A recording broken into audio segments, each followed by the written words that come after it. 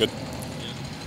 All right. I know you're not a big numbers guy, but after the start you had in your career, the fact that you win this week, you get the 500 your record, does that mean, what did that mean to you? I didn't know that, so that could tell you how much it means. Yeah, obviously you want more wins than losses, but that's funny. I didn't even know that. That's awesome. Pretty cool. The fact that you made that turnaround pretty quick.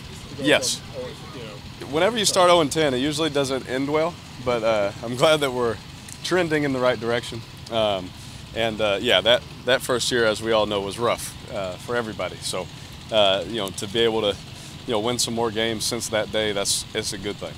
Derek, I remember heading up into that Kansas City game that year. You were as positive and optimistic as you had ever been, despite being on the team. Why? What did you see? I know that's who you are a lot, but what did you see at that point in time that no one else was seeing? I just knew at some point it has to change, because when you do things the right way, it's got to change eventually. And so every single game, I went out there, all 10 of those games, and I thought, yeah, this is the one, we're going to win, And it just didn't work out that way. But I knew that we were building something special. I knew that the culture that, us players had taken on and wanted to, put into this building was special. And, we just, from there on out, basically just knew that eventually it's going to turn around. Biggest completion percentage in a game this past Sunday of your career, what do you attribute that most to? The O-line and the wideouts. Running backs picking up blitzes,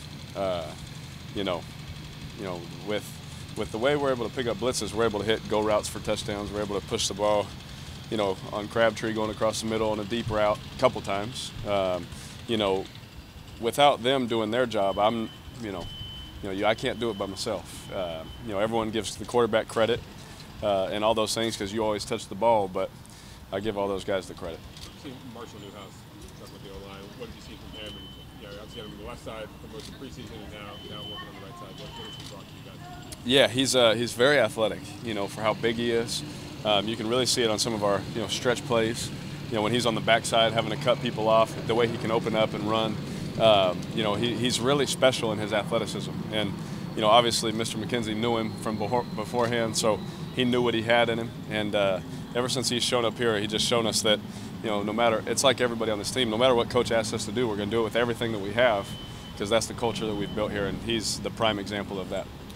Talking to Jalen after the game about the three-headed monster back there, I said, is it better than it was last year? He said, yeah, it's not any offense to take, and it's nice what we have with Marshawn. He said, but DeAndre and I have both grown.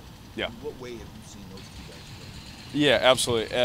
Same as any guys from their first year to their second year. Mentally, they can see the run happen before they actually get the ball. They can see how it's going to play out. The game slows down, the holes open up a little bit slower for them. They can see it beforehand, those kind of things. So, that's just running the ball. Now, protection-wise, they were both pretty good last year mentally, and they've taken another step forward this year in that. Derek, Conley had a really nice debut. What have you seen from him in practice now that he's able to get out there?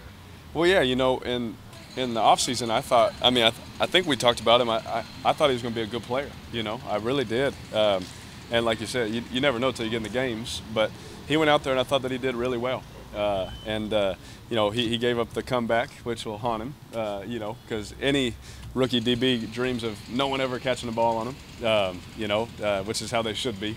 But he did give that up, and I just told him, I said, man, I'm going to tell you what C. Wood told me anyway. I don't care if they push off, I don't care what they do, just make the play. And that's the same thing C. Wood would tell me. I'd be like, but Wood, he jumped the route. There's nothing I could complete it. I don't care, And that was Wood for you. So I told him the same thing. So as you can see, going into our culture, it's getting passed on from each generation. Did you ever have any interactions with Terrelle Pryor before he was gone, or since then? A little bit, just through Rod Streeter. So him and Rod were really close, and he would FaceTime him in the locker room, and me and Rod were always sitting by each other.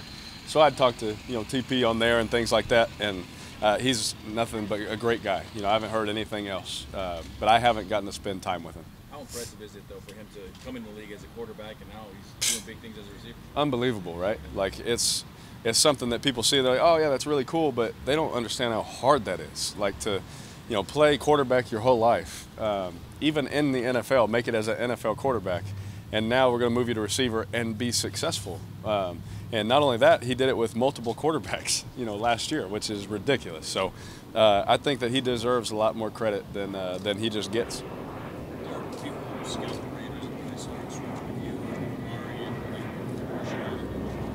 and Sunday it's Crab and it's Caleb. What's it like for you having just this breadth of proven weapons? Yeah. It's very nice. And like we said, everyone in the league has talent.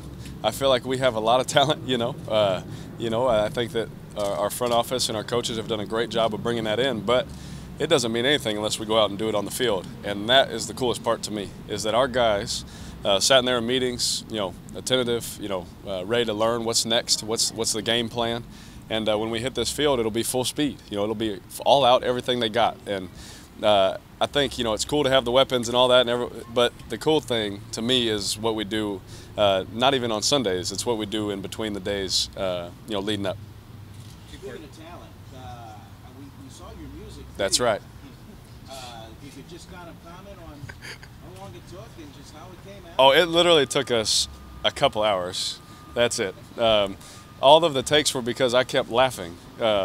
I couldn't even take myself serious because they had they have like the TV like prompter so I could see it, and I couldn't even take myself serious. But it was good. It was fun because every commercial we do with them, all we want to do is the end goal is we want people to laugh. And if they laugh at me for it, that's good. That's what we want. So that I laughed at myself, so it's all good with me. You still have the jacket? I didn't keep it. No, gosh, no.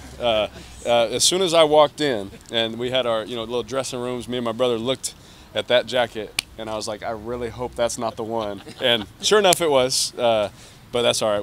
We got a good relationship with them, and it was a lot of fun. So who was the musical inspiration for that? And semi-seriously, do you have a future in music? Gosh, no.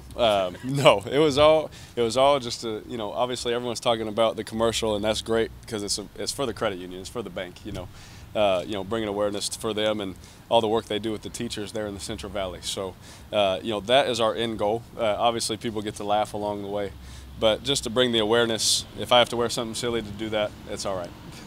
Derek, taking you back to the offseason, you were rehabbing, and I know when we talked, you said, hey, we'd have got to the bowl, I was going to play, blah, blah, blah. But in that whole time of your rehab, did you at any point think, man, I don't know if I'm going to be able to do it, or were you confident the whole way that you were going to be able to get back to right where you are? I was confident the whole way. As soon as I woke up from my surgery, I already started to move my toes and my foot and try to do things. I was doing drops, in my bed, laying there. I was already working it. So I believe that when people can come back from something, it's all in your mind. And as soon as I woke up, before I even had the surgery, I knew as soon as I wake up, I would already tell myself, get to work.